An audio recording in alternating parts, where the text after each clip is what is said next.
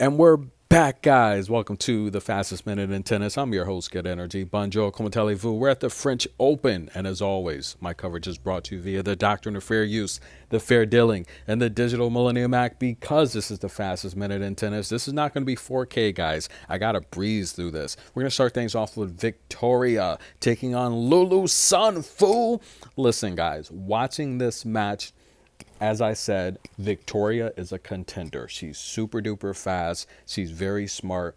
Her right forehand down the line is a very aggressive weapon. And I don't think there's many ladies in this tournament that can defend that. However, watching this match, I got a little bit concerned here because Victoria, very tired. She's been playing a lot of tennis, using a lot of the service clock. Lulu had the opportunity, I felt, to win the second set. She had several opportunities to break and go up and possibly seal the deal, and a huge collapse in the tiebreak as Victoria puts up 7 aces, wins 80% of her first serves. And yes, guys, she saved 100%, 7 out of 7 of Lulu Sun's breakpoint opportunities, and Victoria advances to the next round, ladies and gentlemen. A very good match. To see her just contain anything that Lulu wanted to do, very refreshing for the young Canadian. And I'm telling you guys, she's going to be a problem. She's going to take on Ava Liz next. Victoria Gullible, as the chair umpire would say, taking on Petra Kvitova. Now, despite having 5 double faults, Victoria would win 60% of her first serves, 8 opportunities to break the multiple two-time Grand Slam champion Petra Kvitova, and Victoria gets to win, ladies and gentlemen. She's going to take on either Amanda Anisimova or Nina Steljakovic. Now, what about Zenep taking on Svitolina from the hard-hitting Ukraine? The match went exactly how I thought it would go. Svitolina pretty much dominated this match. Now, even though she only won 64% of her first serves, that's a testament to how good of a defender Zenep is. But 13 opportunities to break, and Svitolina would save 7 out of 8 opportunities that Zenep had to break. What about Ava Liz, ladies and gentlemen? She brought it today. Little Peyton Stearns, NCAA champion. No answer for Ava Liz. Ava Liz just had amazing defense. She slowed down the pace. She made Peyton Stearns make shots. Peyton played a lot of tennis the last few weeks, and I think she just ran out of gas. She couldn't hang with the stamina. Ava Liz, a great defender. She gets to win. Aryna Sabalenka hits hard. Kamila Rakimova was down big. She'd managed to make this somewhat competitive. However, guys, 5 aces, 71% of her first serves won, 5 for 6 on breakpoint opportunities, and Sabalenka hits hard. She gets to win. She's going to take on Jill Teichmann, ladies and gentlemen. What about Alexandra Ayala, guys? That's right. A lot of hype around her, but taking on from Colombia, Emiliana Arango, hat to the back. Listen, guys, this match went exactly as I said it would. Emiliana's going to make Alexandra be disciplined, play patient, a lot of topspin, high bouncing balls. Alexandra made a lot of mistakes trying to rush through this. This is not Iga's Swiatek, guys. Emiliana is going to make you play long, deep rallies, and that was a problem from the start as Emiliana Arango gets the win. Despite 5 double faults, 13 opportunities to break Ayala, she would convert on 6 of them, 62% win rate on the first serve. She would win 54% of Ayala's first serves, and Emiliana Arango advances, ladies and gentlemen. She's going to take on Qinwen Zheng. What about Destiny Ayala taking on Diana?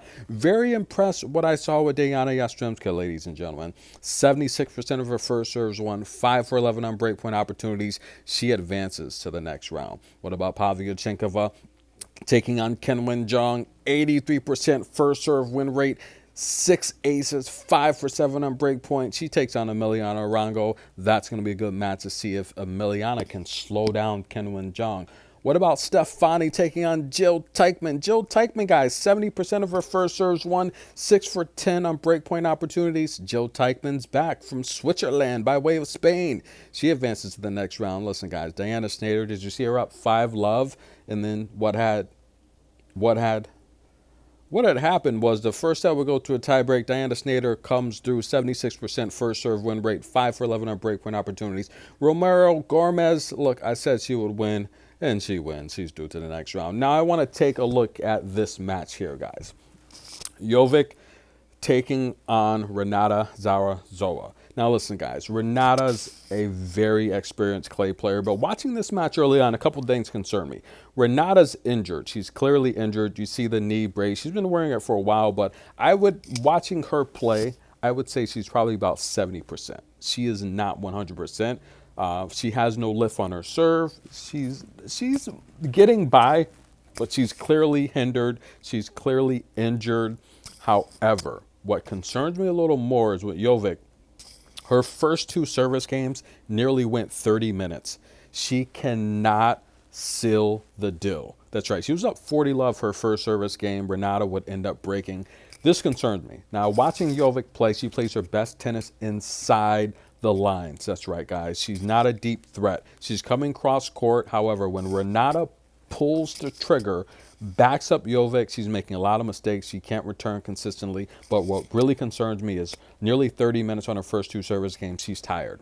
She's already been called for a time violation warning. And listen, guys, she's coming to the line very late. She's breathing hard. She's taking her time, which is good for a younger player. You want to gather your thoughts, but she's tired. And I feel if Renata just pushes the pace a little bit more, this match could be over very soon. However, not so fast. Renata is clearly not 100%. So if Jovic can shorten these rallies, come cross court, go to the drop shot more, that will benefit her a lot. However, if Renata can back up Jovic, if she can use her strength, because it seems to me, even though Renata's injured, she's still only going at about 70% between these rallies in terms of her power. But again, she doesn't have lift, it appears to me.